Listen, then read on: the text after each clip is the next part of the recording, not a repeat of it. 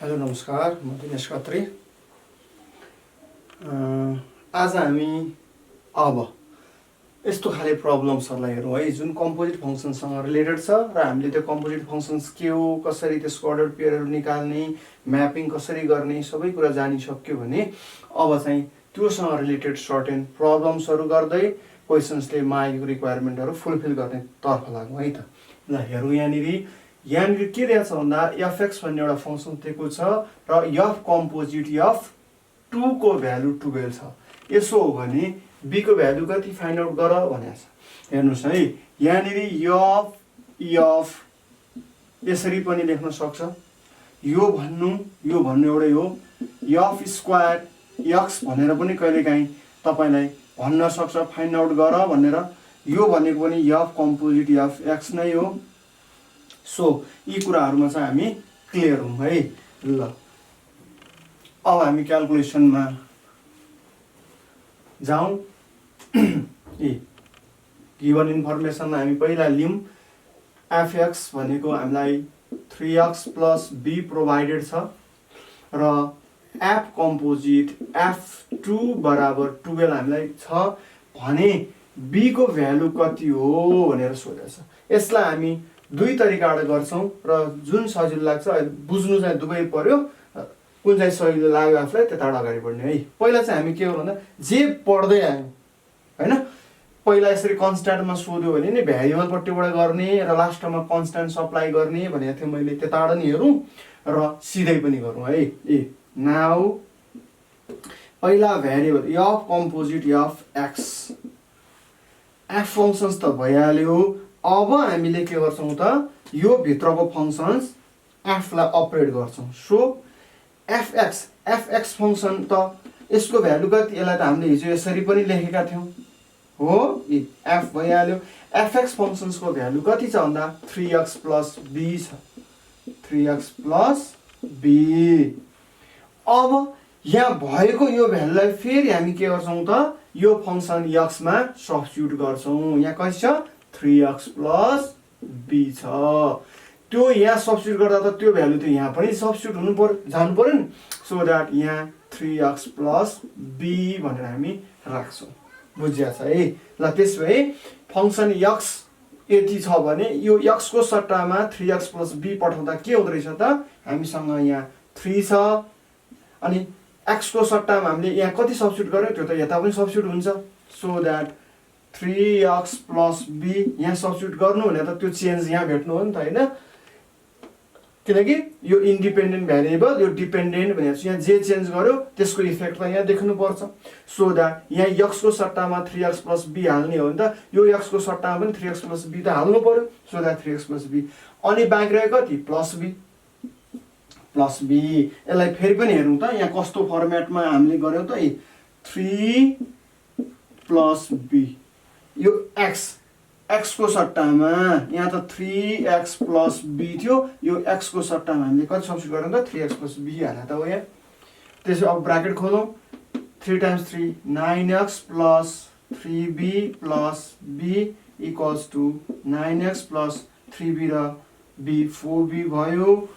अब हामी यहाँ लेख्यौँ when x is equals to 2। यहाँ 2 भएको हुनाले हामीले x को भ्यालु 2 मान्यौँ। त्यसो भए देयरफोर के पाइयो त, एफ कम्पोजिट एफ एक्स को सट्टामा 2 राख्दा, यहाँ एक्स को सट्टामा 2 राख्दा त यहाँ एक्स को सट्टामा पनि 2 राख्नु पर्यो नि त। So that 9 times 2 plus 4b और एफ कम्पोजिट एफ 2 भने हामीसँग कति छ त 12 छ। 12 इक्वल्स टु 18 प्लस 4b और 12 माइनस 18 इक्वल्स टु 4b। अब कति हुन्छ माइनस 6 इक्वल्स टु 4b और b equals to minus 6/4। Therefore b equals to minus 3/2। Conclusion लेख्यौँ। Hence the required value of b is minus 3/2 भनेर है। यसरी hence the required value of b भनेको चाहिँ minus 3/2 भयो। अब यसलाई हामी अल्टरनेट मेथडबाट पनि हेरौँ है। Alternate method. त्यतिखेर हाम्रो के छ त भन्दा एफ फङ्सन्स हामीलाई दिएको छ 3x + b अनि हामीलाई एफ कम्पोजिट एफ 2 = 12 दिएको हुनाले हाम्रो त f2 अपरेट हुन्छ फर्स्टमा हैन। सो दैट नाउ f2 यहाँ 2 हाल्दाखेरि कति हुन्छ त 3 × 2 + b हुन्छ हो, किनकि यहाँ 2 हाल्दा त 2 यहाँ पनि आउँछ। 3 × 2 6 + b। नाउ गरौँ अब एफ कम्पोजिट एफ 2 भनेको त हामीसँग 12 छ और एफ f2 भनेको कति त f2 भनेको 6 + b = 12 और एफ फंक्शन भनेको 3x + b छ र हामी f मा कति इनपुट गर्दै छौं अब त 6 + b। यहाँ 6 + b थप्छौं भने त यहाँ पनि 6 + b सब्स्टिट्युट हुनु पर्यो है। यहाँ जे सब्स्टिट्युट हुन्छ त्यो त्यही हुन्छ भने के भयो त 3 अनि x को सट्टामा 6 + b र यहाँ फेरि +b छ। बुझ्नुभयो नि है, यो कस्तो छ 3x + b। 3x + b x को सट्टामा यहाँ x थियो, x को सट्टामा यो माथिको भ्यालु हामीले सब्स्टिट्युट गरेका हौं। अब 3 × 3 6 18 + 3b + b = 12 और 3b + b 4b = 12 - 18 और 4b = -6 और b = -6/4, therefore b = -3/2। यसरी नै हामी कन्क्लुजन दिउँ है। यसरी गरे पनि हुन्छ, यसरी बुझे पनि हुन्छ है, दुईटै बुझ्नु पर्यो। ल अब हामी नेक्स्ट प्रब्लम हेरौँ। अब हामी यो 2 नम्बर क्वेशन्सलाई हेरौँ। fx भनेको 3x - 2 दिएको छ र फंक्सन f कम्पोजिट g भनेको 6x - 2 दिएको छ र हामीलाई फंक्सन g निकाल भनेको छ है। हेरौँ है त। हियर फंक्सन f भनेको 3x - 2, f composite g x भनेको 6x - 2, g फंक्सन भनेको what। अब हामी के गरौँ भन्दा अहिले भर्खर बुझ्यो नि है, फंक्सन x चाहिँ सपोज 3x + 5 छ। अब फंक्सन x को सट्टामा हामीले a सब्स्टिट्युट गर्ने कति पाउँछौं भन्दा 3a + 5। यहाँ हामीले x + 3 सब्स्टिट्युट गर्नु पर्ने भयो। यहाँ हाम्रो यो थियो भने के गर्छौं त ax यहाँ लगाएर दिँदाखेरि 3 × x + 3 + 5 यो जे हो यो पनि त्यही नै हो। हामीले यहाँबाट हेर्यौं है, यो बुझ्यौं भने अब हामीलाई चाहिँ यो फंक्सन f मा हामीले g फंक्सन्स अपरेट हाल्दिनु पर्यो, यति हाल्दिनु पर्यो है। फेरि पनि मैले लेखे के गर्नु पर्यो भन्दाखेरि सपोज हामीसँग फंक्सन f यहाँ थियो। अब फंक्सन f 3x + 5 थियो।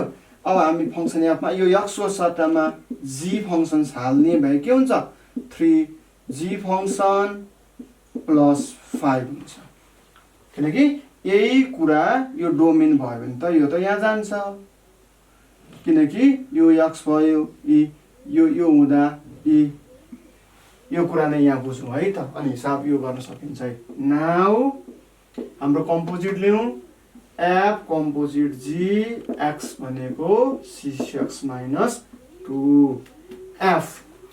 अब हामी के गर्छौं त g ल 6x - 2 और फंक्सन f भनेको 3x - 2 छ। अब फंक्सन x को सट्टामा हामीले कति गर्ने भयो भने त gx भन्ने एउटा फंक्सन चाहिँ यहाँनिर इनपुट गर्ने भयो। त्यसपछि हामीले के पाउँछौं भन्दा 3 अनि x को सट्टामा g फंक्सन -2 = 6x - 2, किनकि यो फर्मेटमै यहाँ gx फंक्सन्स युज इनपुट गर्दा त्यही कुरा यहाँ आयो है। और अब हेरौँ, यहाँ त सजिलो भयो, -2 - 2 क्यान्सल आउट हुन्छ भन्न पायौं हो। त्यसभए 3g फंक्सन = 6x। फेरि यो 3 ले 3 टाइम्स 2 हैन 6 भने त ल अब त्यसै g फंक्सन भनेको त 2x भयो हामीले सिधै therefore g function equals to 2x भन्न पाइयो है त हेन्स लेखौं hence g function equals to 2x यही आन्सर भयो ठीक छ ल यसलाई हेरौं मेन कुरा यहाँ चाहिँ कसरी हामीले ह्यान्डल गर्यौं यो कुरा चाहिँ ख्याल गर्नु पर्यो है भर्खर गरेको क्वेशन्सलाई फेरि हामी अर्को एउटा क्वेशन्स त्यस्तै क्वेशनले फेरि पनि प्र्याक्टिस गरौँ है त जी फंक्सन्स फाइन्ड आउट गर्ने भर्खर पनि गर्यौं र अर्को एउटा क्वेशन्स पनि हेरौँ अझ मोर क्लियर हुन्छ ए हियर फंक्सन f भनेको 3x + 5 र f कम्पोजिट g फंक्सन भनेको 7x - 1/3 हामीलाई चाहियो g फंक्सन्स कति हो नाउ गरौँ र अघिनाको जस्तै गरी f कम्पोजिट g x भनेको गिवन भ्यालुलाई नै लियौं अब f भइहाल्यो g फंक्सन्स हामीले यहाँनिर हैन त f फंक्सन्समा यो g फंक्सन हामी सब्स्टिट्युट गर्ने कति पाइन्छ भनेको थियौं त यसलाई यसरी लेखौं है त f g equals to 7x - 1/3 मैले के गरे त यसलाई यसरी लेखेँ ल अब हामीले यो g फंक्सन्स पो देख्यौं यहाँ मान्नु यसलाई a मान्ने हो भने यो f a भयो a हाल्दा कति भयो त 3a + 5 सो दैट त्यही कुरा हामी यहाँ लेख्छौं यहाँ जाउँ त f फंक्सनमा यो भ्यालु हाल्दाखेरि 3 अनि त्यही value plus 5 equals to 7x - 1/3 हो अब हामीले अपडेट गर्न त यो 5 लाई त उता पठाउनु पर्यो हैन साइड चेन्ज हुनु पर्यो so that 3 times g function equals to 7x - 1/3 minus 5 or 3 times g function equals to 7x minus 1 minus 5 3 is 15/3 तपाईले बुझ्नुहुन्छ है यो त्यही हो मैले चाँडो गरे कति भयो त भन्दा 7x minus 16/3 therefore g function equals to 7x minus 16/3 times 3 9 A answer भयो हेर्नुस् है अब यसरी तपाईलाई फंक्सनै सब्स्टिट्युट गर्न गाह्रो लाग्यो भने हामी सपोज गरेर पनि गर्न सक्छौं ल हेरौं है त त्यो पनि म गरिदिन्छु हियर अल्टरनेट मेथड है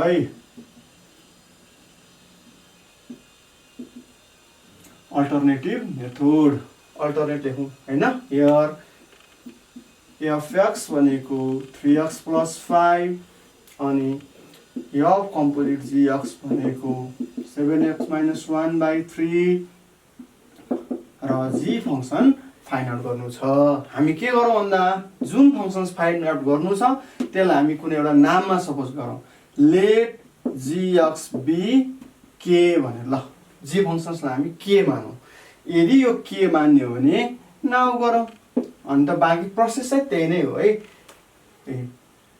f कम्पोजिट g x भनेको 7x - 1/3 और f हामीले के माने त g फंक्सन्सलाई के माने थियो भने यसको ठाउँमा त हाम्रो के आएर बस्ने हो नि त हैन k इक्वल्स टु 7x - 1/3 और अब हेर्नुस् है त f फंक्सन्स यति हो भने यहाँ मैले a सब्स्टिट्युट गर्दा a आउँछ भनेको छु अब k सब्स्टिट्युट गर्दा के हुने भयो त 3k + 5 3k + 5 equals to 7x - 1/3 same कुरा यति हो यहाँ फंक्सन्स दिएको रहेछु किन छ गाह्रो लाग्छ कि भन्ने हिसाबमा मैले के मान्दा त हो एउटै हो है कुरा चाहिँ और 3x इक्वल्स टु अब यो के त यो k को भ्यालु फाइन्ड आउट गर्नु पर्ने थियो हेर्नुस् त और अब k को भ्यालु फाइन्ड आउट गर्नु पर्ने हुनाले यो कन्स्ट्यान्ट टर्मलाई उता लान्छौं हामी so that 3k equals to 7x - 1/3 minus 5 और 3k equals to LCM लिँदा के हुन्छ त 7x - 1 15/3 अर यो त 3 तल आउँछ k equals to 7x minus 16/3 times 3 9 यहाँ नै देयरफोर भन्दै भयो। अब के भयो त के भने के हो त द्याट इज के भनेको त g फंक्सन हो that is g function equals to 7x minus 16/9 answer. ल हेर्नुस् कुरो एउटै हो। यहाँ सपोज नभनिकन डाइरेक्ट जी फंक्सन नै सप्लाई गर्दियौँ भने यहाँ सपोज गर्दियौँ, फरक यति मात्र हो। अब तपाईलाई कसरी सही लाग्छ त्यसरी बुझौँ है। कुरो चाहिँ दुईटै एउटै हो। यसरी हामीले यो लेक्चरमा कम्पोजिट फंक्सन हैन र यसरी कुनै एउटा फंक्सन दिँदाखेरि नेक्स्ट फंक्सन फाइन्ड आउट गर्ने तरिका हेर्यौँ। अब अर्को लेक्चरमा अन्य प्रब्लम्सहरू हेर्नेछौँ। लागि त धेरै धेरै धन्यवाद। प्र्याक्टिस गर्नु होला।